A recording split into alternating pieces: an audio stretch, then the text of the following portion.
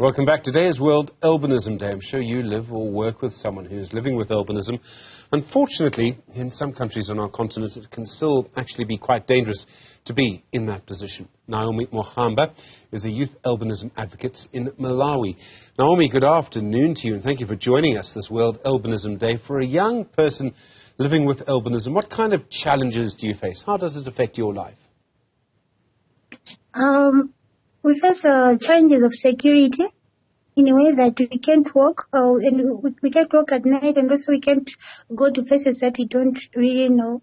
We also face challenges of exclusion from basic services such as education. Our education systems, most of them are not inclusive, so we don't get the knowledge that the knowledge and the skills that we're supposed to get. I'll give an example of we only have University of Malawi here, which accommodates people with disabilities. We also have another challenge of denial of access to justice.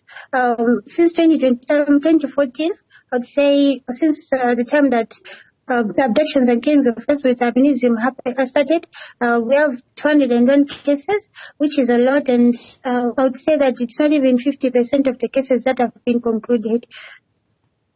So do you find then that actually sometimes your life is in danger just because you're living with albinism? People want to attack you just because you're living with albinism for no other reason?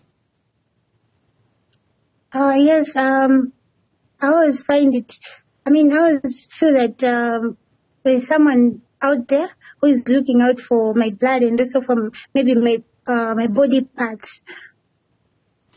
It must be incredibly scary. Why do people still believe this? Is government not doing enough to educate people at school and just generally in society? I would say that government is doing. The government is not doing enough in a way that there is little political will in terms of funding on disability department, which is under the Ministry of Gender, and also would say that. Since there is no funding, enough funding for us, a lot of projects, such as awareness projects, are not happening. Why do you think government doesn't do enough? Do you think it's scared? Do you think it's just not spending enough money?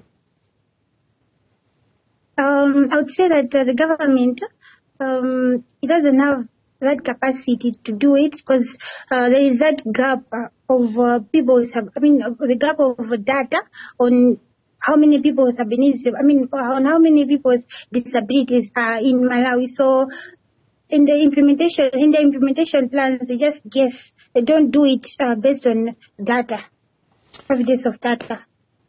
And it's funny that, this is a real problem in Malawi. It can sometimes be a problem here in South Africa, but I think it's a bigger problem in Malawi. I don't really know why that is. Is it just that some people in Malawi believe this and people in South Africa don't?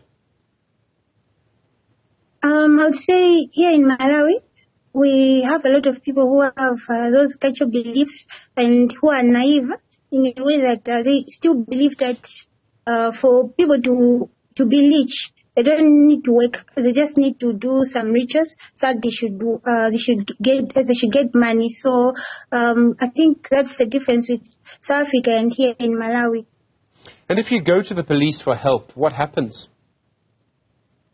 Most of the times, when you go to the police to report maybe the threats that you have received and maybe the incidents that have happened, I think the police, they don't do it with agency in a way that maybe they should transfer the persons or the people to their safe place, safe homes, or they should investigate thoroughly.